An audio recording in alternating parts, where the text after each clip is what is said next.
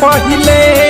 मंदिर के सीढ़ी बैठी रहे देखत रहिले कहरा भैया गइले डोली लेके 2 दिन पहिले मंदिर के सीढ़ी बैठी रहे देखत रहिले सपनवा में अलिया जे आई है बतैली मन हर साव सखी जय जय जय मां जय मां जय मां सजावा सखी मंगल गीत गावा सखी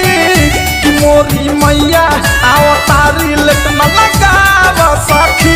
मोरी मैया अवतारी लेट न लगावा सखी जय मैया की जय मैया की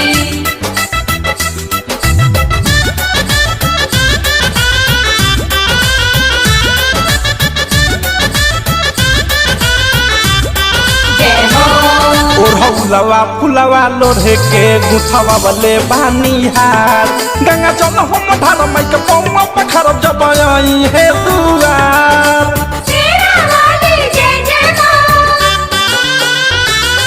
ओढ़ौलवा फुलवा लोढ़े के गुथवा वाले बानिहार गंगा जल हम धार माई के पौवा पखर जब आई है दुआर डोलिया से उतरी है जहाँ पाँव धरी है फूल बिछावा सखी जय जय जय मां जय मां जय मां सजावा सखी मंगल गीत गावा सखी कि मोरी मैया अवतारी लेट न लगावा सखी मोरी मैया अवतारी लेट न लगावा सखी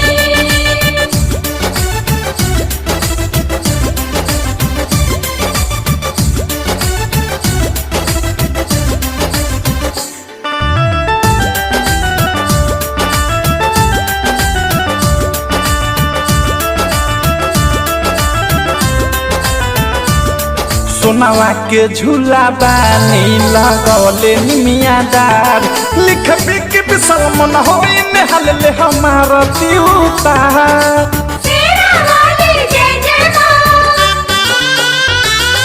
सोनावा के झूला बानी लगौले निमियादार लिख बिक बिसल मन होई नेहल ले हमार दिउतार गावे प्रेमिया से अनुराग के मुकेश बदशाह के बोलावा सखी जय जय जय मां जय मां जय मां सजावा सखी